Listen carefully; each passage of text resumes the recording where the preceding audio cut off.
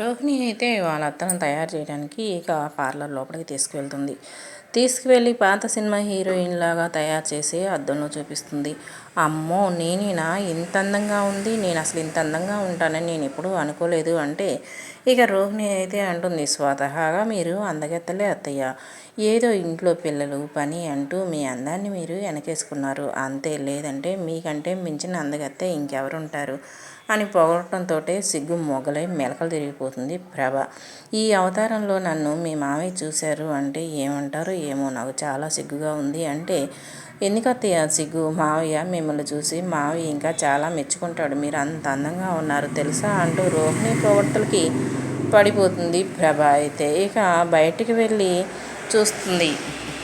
వాళ్ళ ఆయన అక్కడే ఉంటాడు. అమ్మ రోహిణి, మీ అత్తయ్య గారిని పిలువు, మేము బయలుదేరుతాం, ఇప్పటికే చాలా లేట్ అయిపోయింది అని చెప్పంటే, మా అత్తయ్య గారు ఇదిగోండి మావయ్య గారు అని చెప్పంటే, ఏంటి మీ అత్తయ్య గారా అని చెప్పేసి ఒక్కసారిగా చూసి షాక్ అయిపోతాడు. ప్రభ, ఏంటి నువ్వు ఇంత అందంగా ఉన్నావు, నేను ఇంకా ఏ పాత సినిమా హీరోయినో అనుకున్నాను తెలుసా, అంత అందంగా ఉన్నావు అంటే, నేను పిల్లల పని ఇంటి బాధ్యతల్లో పని పాత ఆటల పిండం మాదిరిగా తయారైపోయానండి, కానీ నన్ను రోహిణి ఇంత అందంగా తయారు చేసింది నేను స్వతహాగా అందగత్తెనే అని కూడా చెప్పింది తెలుసా అని చెప్పేసి అంటంతోటే, నిజమే మరి, నువ్వు అందగత్తెవి కాదని ఎవరన్నారు అని చెప్పేసి అంటాడు ప్రభావాల ఆయన. అలా వాళ్ళిద్దరూ రోహిణి దగ్గర మాట్లాడేసి, ఇక మేము వెళ్తామమ్మా లేట్ అవుతుందని చెప్పేసి వాళ్ళిద్దరూ ఇంటికి వెళ్ళిపోతారు. అలా ఇంటికి వెళ్ళిపోగానే ఇక బాలు అయితే మాత్రం ఆరు బయట మంచం వేసుకొని చల్లటి గాలిలో పంచకట్టులో సూపర్గా ఎంజాయ్ చేస్తూ ఉంటాడు. ఆ టైంలో ఇక మీనా అక్కడికి వచ్చేసి, ఏం చేస్తున్నావు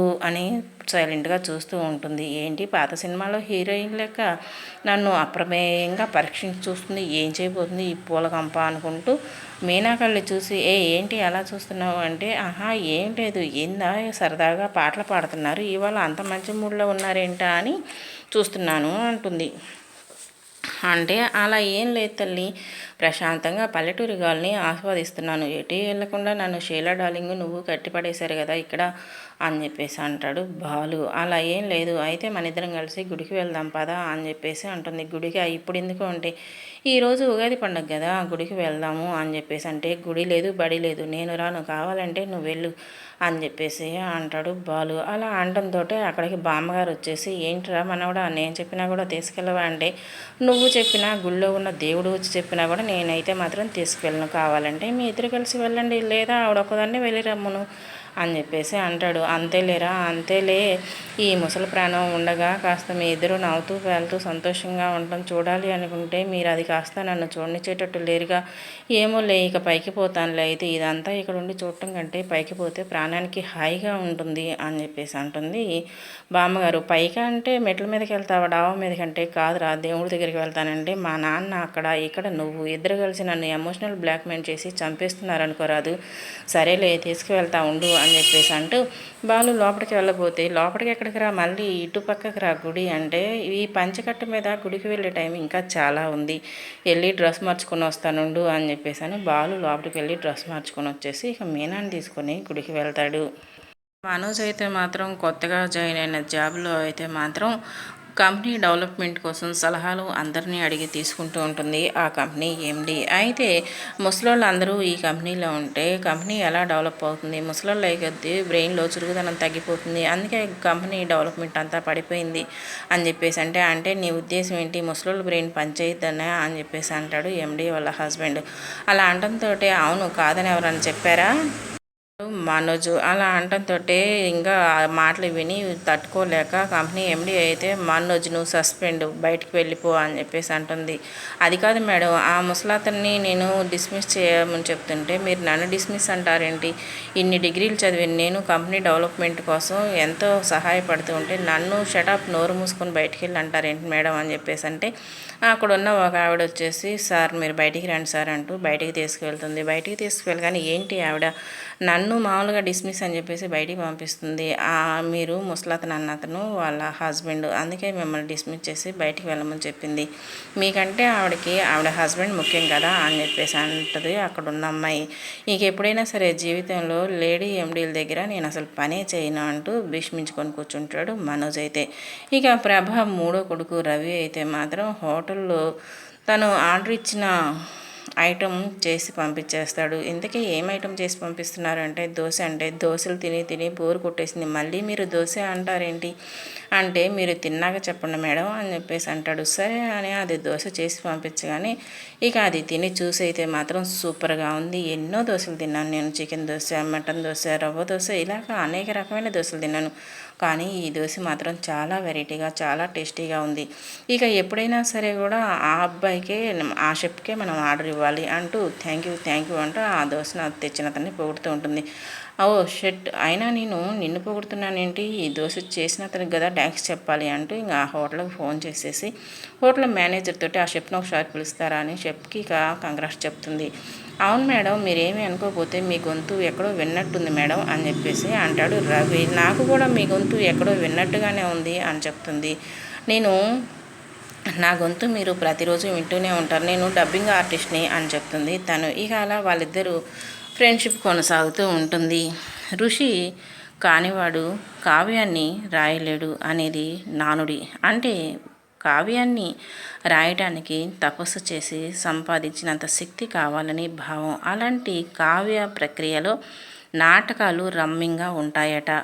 ఆ నాటకాల్లో శకుంతలం, అందులో 4వ అంకం, అందులో 4 శ్లోకాలు మహాద్భుతంగా ఉండి ఆహ్లాదాన్ని కలిగిస్తాయనేది ఒక శ్లోక భావం. అభిజ్ఞాన శాకుంతలం నాటకాన్ని కాళిదాసు సంస్కృతంలో రచించాడు. ఆ నాటకంలో 4వ అంకపు కథ శకుంతల అత్తవారింటికి బయలుదేరిన సందర్భం. ఆ సమయంలో కాళిదాసు కణ్వ మహర్షి చేత చెప్పించిన 4 శ్లోకాలు అద్భుతమైనవి. మానవీయ విలువలు, ఉదాత్త సూచనలు, కాలాతీత ఆచరణాత్మక క్రియలు ఉండటమే అందుకు కారణం. మొదటి శ్లోకం మనిషికి ప్రకృతి ఉండే బంధాన్ని, ప్రకృతి పట్ల ప్రేమ కలిగి ఉండాలనే సూచనను తెలుపుతుంది. శకుంతల పెంచిన పూల తోటలోని మొక్కలతో మీకు నీళ్లు పోయకుండా తాను మంచినీరైనా తాగేది కాదు. చిరాకును తాకాలన్నా చంటిబిడ్డను తాకినంత లాలిత్యాన్ని ప్రదర్శించేది. తాను పెంచిన మొక్కకు పువ్వు పూస్తే తొలిబిడ్డ పుట్టిన స్త్రీలా ఆనందించి ఉత్సవం చేసేది. అలాంటి శకుంతల ఈరోజు అత్తగారింటికి వెళ్ళబోతుంది. కాబట్టి మీరు అనుజ్ఞ ఇవ్వండి అంటాడు కణ్వ మహర్షి. మొక్కలను సాటి మనుషుల్లాగా, సన్నిహితులుగా, బంధువులుగా చూపటం ఉదాత్తమైన భావన. ప్రకృతి ప్రేమికుడు ఉదాత్త హృదయుడైతే తప్ప ఇంత మమకారం కూడిన మాటలు అనలేడు. 2వ శ్లోకం నా కూతురైన శకుంతల అత్తగారింటికి వెళ్తుంటే బాధతో నా కంఠం పట్టేసింది. నోట మాట రావటం లేదు. కంటిలో నీరు చేరి చూపు కనిపించటం లేదు. అంతా జడంగా నిర్జీవంగా అనిపిస్తుంది. మునివృత్తిలో ఏ బంధాలు లేకుండా ఉండే నాకే ఇంత బాధగా ఉంటే కని పెంచిన గృహస్థులకు ఇంకెంత బాధగా ఉంటుందో కదా అని ఆలోచిస్తాడు. బిడ్డను అత్తగారింటికి పంపిన ప్రతి తండ్రికి అనుభవమే ఈ బాధ. కానీ ఆ అనుభూతిని అందరికీ రుచి చూపించిన తీరు అద్భుతం. 3వ శ్లోకం రాజుకు పంపే సందేశం. ముని వృత్తిలో ఉన్న మాకు తపస్సు, నీతి, నియమాలే ధనం. రాజువైన నీ తాహతకు తగ్గట్టు ఇంతకన్నా గొప్ప ధనాన్ని మేమివ్వలేం. అవేమీ ఇవ్వలేదని మా అమ్మాయిని సాధించకు. తృణీకార భావంతో చూడకు.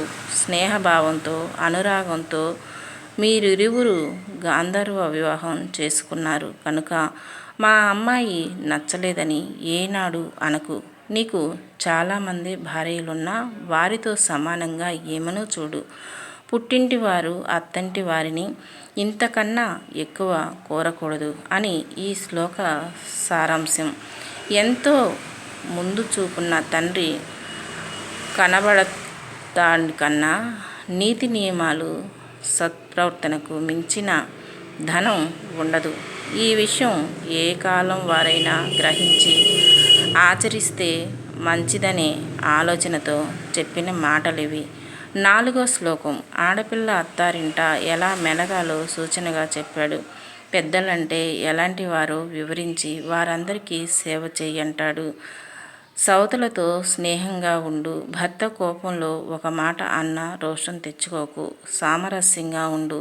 సేవకులను ఏనాడు బాధ్యతులను గర్వం దరి చేరకుండా చూసుకో. ఇలా ఉన్నప్పుడే యువతులు గృహిణి స్థానం పొందుతారు లేదా చెడ్డ పేరు పొందుతారని చెబుతాడు. ఇందులో ప్రతి మాట ఆణిముత్యమే తప్పగా ప్రతి ఒక్కరూ ఆచరణలో పెట్టవలసినవే.